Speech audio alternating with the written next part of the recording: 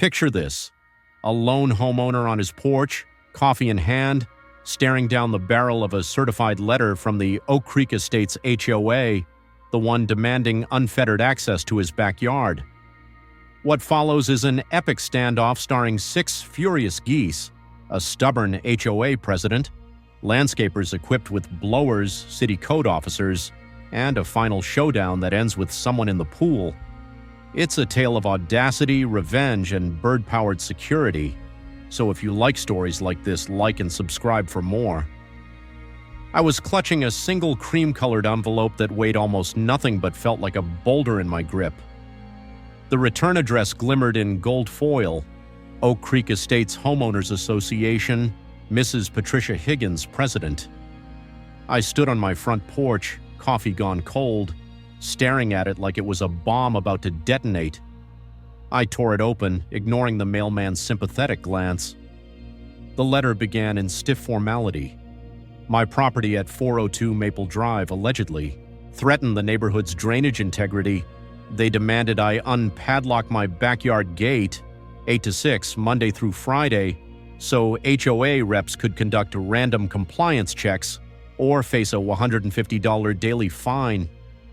I looked at my perfect lawn, bone dry after 3 weeks without rain. I hadn't seen standing water since '98. Still, the board insisted on inspecting subsurface erosion, unfettered access, random checks. It was an outrage. 3 houses down, Mrs. Higgins' colonial loomed. Her posture was rigid as she marched toward me. I held the letter as she cleared her throat. "Mr. Henderson, I see you received our notice." I sipped my coffee in defiance. "I did, but there's no easement on my rear yard. My survey says my fence marks my property line." She tapped a clipboard. "Bylaws grant us the right to enter for emergency maintenance or to prevent blight. Erosion is blight, Mr. Henderson." "It's not an emergency if it's scheduled," I replied. "You're basically asking to turn my backyard into a public park entrance." "We're volunteers protecting the neighborhood," she said. "Your gate comes unlocked Monday at 8 or fines start." Her threat hung in the air. The fine totaled over $4,000 a month. I slammed the door behind her and poured a beer. I needed a loophole. I rang my friend Dave, a contract lawyer by trade. He explained that requiring access shifts liability to the HOA, but if there's a known hazard and you warn them, they can't enter without assuming risk. Security animals count, livestock even more so. He pointed me towards city ordinances allowing fowl in R2 zones for egg production and pest control. HOA rules banned dogs and cats but said nothing about geese. That was my ticket. I drove out to a rural hatchery and emerged with 6 Chinese geese, the hardest, angriest breed. Lucifer, Attila, Brutus, Karen, Ripper, and the pint-sized Terror Fluffy. Back home, I called my deck contractor, Tony, and had him reinforce the fence bottom, bolt up warning signs reading "Danger, aggressive waterfowl, enter at your own risk," and retrofit my shed into a goose bunker. Saturday afternoon, I emailed Mrs. Higgins. The gate was unlocked as requested. Please note the property is now patrolled by security poultry under City Ordinance 44B. The homeowner accepts no liability for interactions. Attachment: photo of glaring geese behind the new signage. Sunday was training day. Lettuce bribery sessions, establishing patrol routes, fine-tuning honk alerts. By Monday at 7:55 a.m., my cameras were rolling, a kitchen tripod and a ring floodlight. At 8:01, she arrived with Kevin, an intern, clipboard ready. They approached the gravity latch gate. Higgins ignored the red sign. Kevin lifted the latch. She stepped in. Silence. Then, from behind a rhododendron, Lucifer charged, wings spread, neck craned, honking like he owned the place. Fluffy and Ripper flanked her. Kevin bolted back through the gate, slamming it. Higgins shrieked, trying to fend them off with her clipboard. Attila attacked the clipboard itself. The geese were laser-focused. Intimidate, no mauling. Eventually, she scooped herself onto my patio table, geese circling below like a siege. I cracked the screen door. She pointed at me between gasps. These beasts! Arrest him! I sipped coffee. Morning, Patricia. They're geese, Chinese watch geese. Stay still for 20 minutes or dash for the gate. She dropped the clipboard and glared. I retreated inside, still filming. 20 minutes later, the police arrived, called by Higgins, no doubt. 2 officers, one grizzled vet, the other fresh-faced. Miller read the sign. Aggressive geese. He peered in. Sir, can you call them off? I raised a hand. They speak only honk and hiss. I clapped. The geese strolled back to the shed. Higgins descended shakily. Officer Miller led her to the sidewalk. Ma'am, you entered a fenced property with warning signs. We're trespassing. Her face went pale as a ghost's. She fumed. I'm the HOA president. Miller shook his head. Civil matter. Stay off this property. She stomped away, muttering threats. I petted Lucifer through the fence. Phase 1 complete.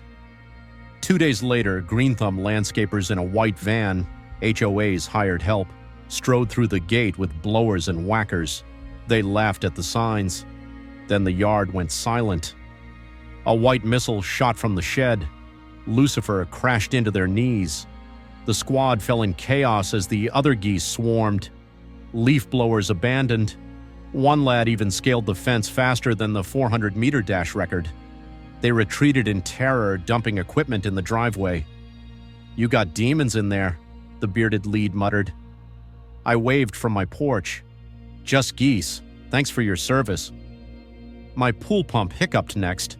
I rang Steve, my pool guy. He eyed the signs warily through the driveway window. I told him to hold frozen peas, step in, toss a handful to the left, then slip past on the right. He did exactly that, rewarding the geese like Olympic medalists, fixed my pump in 20 minutes, and actually petted Fluffy before leaving. Those are some smart birds, he said. 3 weeks into Goose Guard duty, I was coding when my doorbell buzzed. Mrs. Higgins stood on my mat with Officer Davis from City Code, enforcement, and a locksmith. Emergency access, Davis muttered. We need to inspect unpermitted structures and sanitation hazards. I unlocked the padlock, warning them, be aware, territorial geese ahead. Higgins sneered, let's go. They crossed the lawn. At the shed, the trap sprang. Geese burst from all directions. Lucifer and Attila from behind, the others from under the deck. Davis went down under a goose chest charge. Higgins hiked up her pants, tried to retreat, and skittered into the pool with a loud splash. The geese honked triumphantly, triumphant generals surveying the battlefield. I stood at the gate. Higgins bobbed in the chlorine, sputtering while Davis brushed dirt from his uniform. Inspection canceled, he said. Unsafe environment. I offered a pool skimmer. Need help, Patricia? She glared, drenched, and stormed off without a word. The locksmith locked eyes with me and hopped into his van. A week later, the HOA slapped me with a taped-on $500 fine notice. Unauthorized livestock nuisance. I emailed Dave, who laughed. Bylaws don't define foul as nuisance. Ordinance trumps HOA aesthetics. Ignore it. If they sue, countersue for harassment. Higgins resorted to a white van again. This time, code enforcement, animal control, and the locksmith. But the geese had proven themselves. No one dared breach the fence, especially after the pool incident.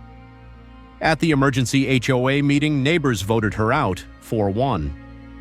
The new president, Bob, offered, keep the geese, just maybe padlock the gate. I agreed. Lucifer and his squad stayed an extra year, local celebrities. Curious kids tossed peas through the fence. Eventually, I moved to 5 acres with no HOA, taking my feathered guardians with me.